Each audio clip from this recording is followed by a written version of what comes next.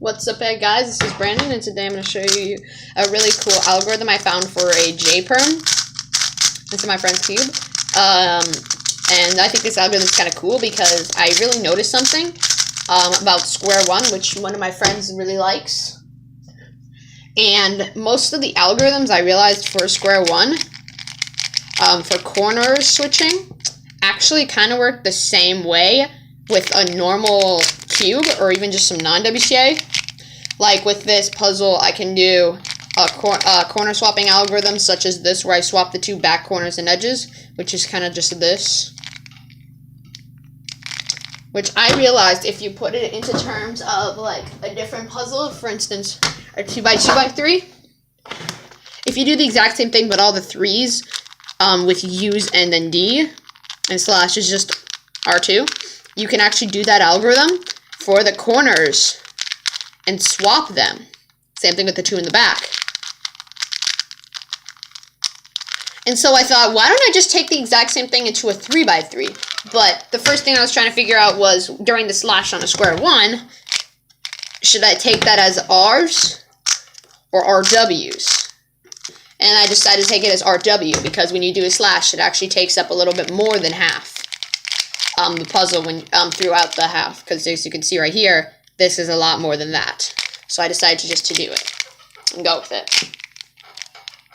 And rather than that, I didn't try to do this algorithm at first, because that's gonna swap the top and the bottom, which might screw up the cross. Then I tried a normal corner swapping algorithm, that a lot of people already know, which is to swap the bottom two corners right here, which is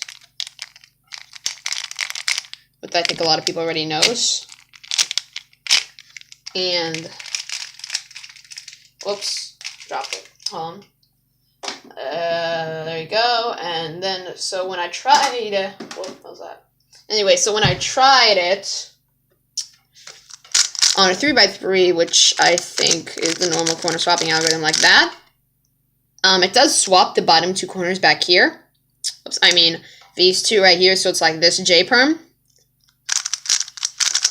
The only problem is this is on the bottom layer, so then I realized take it into the top layer algorithm, and it actually does a J-perm. And so for this J-perm, which is a JA-perm, when you're right here, it's pretty easy to recognize. A bar right here, and it's opposite, so it looks like an N-perm on this face. And then there's a huge block in the back. And then these two are opposites with a little bar right here. And it's a JA-perm, which a lot of people know a couple algorithms for. Most popular is this. But there's also this algorithm right here, which is an offset algorithm, which some people use.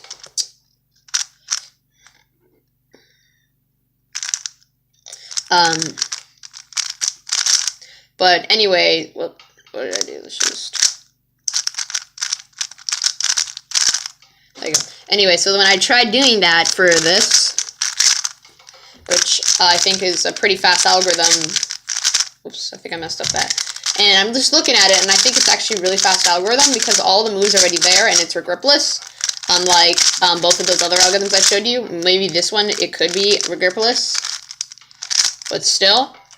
Rather than that, it's pretty simple. It's literally just the square one algorithm for the two corner swapping, which goes like this. Oops.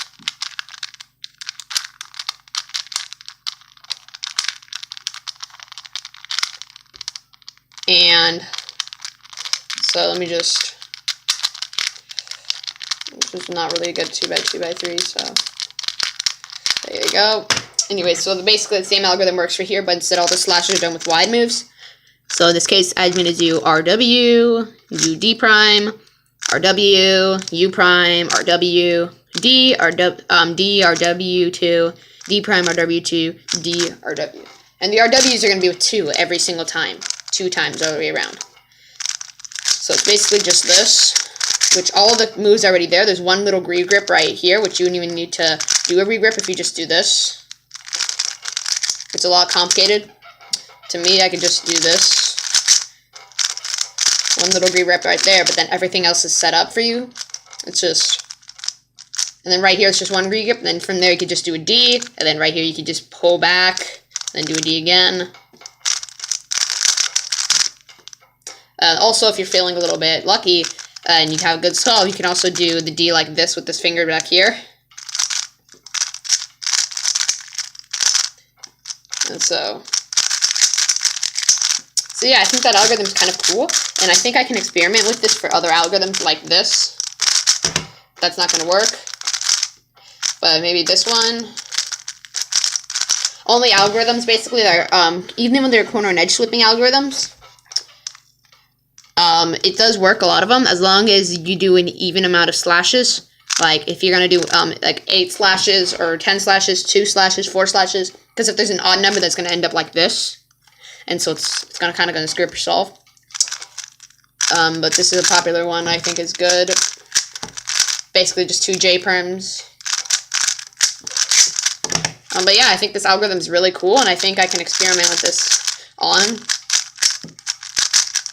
And I think one of the main reasons this should be used for, I don't think it could be a main for this J perm, but I think if you have it in this case right here, then you might as well, instead of doing a U prime or rotating, because it's kind of set up.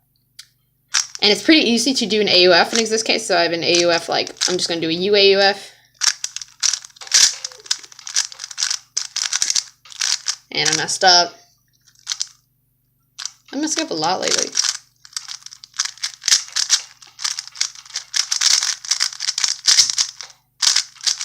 But yeah, I think people could experiment with this, like Luke Decider and other famous cube solvers that a lot of us already know. I'm gonna do that again, that algorithm I was talking about. And I messed up for like the 3rd time already. Sorry, I keep messing up.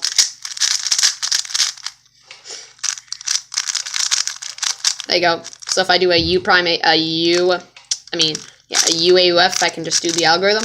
And when I do it right here, it's very, very easy, because you can either do a U prime like that, a U like that, or a good thing you can do is actually put your thumb up here, and then drag this along like that with your hand, right here. You can just put your thumb and you can drag it along like that for a U2 AUF, like right here. Again, like this. You just drag it along like that to do a D2. And so I think people could experiment with this algorithm, and I think this could be put on to more cube solvers that are really, really good at square one and are trying to get better at 3x3, like my friend Nick. And so I think people should experiment with this. I feel like it could be a lot better. But I feel like the only people that should be using this algorithm are square one solvers who are not really good at 3x3, because this kind of works perfectly for them. But yeah, rather than this, guys, thank you for watching, and sorry I haven't been uploading lately. I'm kind of busy, but yeah, thanks for watching, and I'll see y'all later. Bye!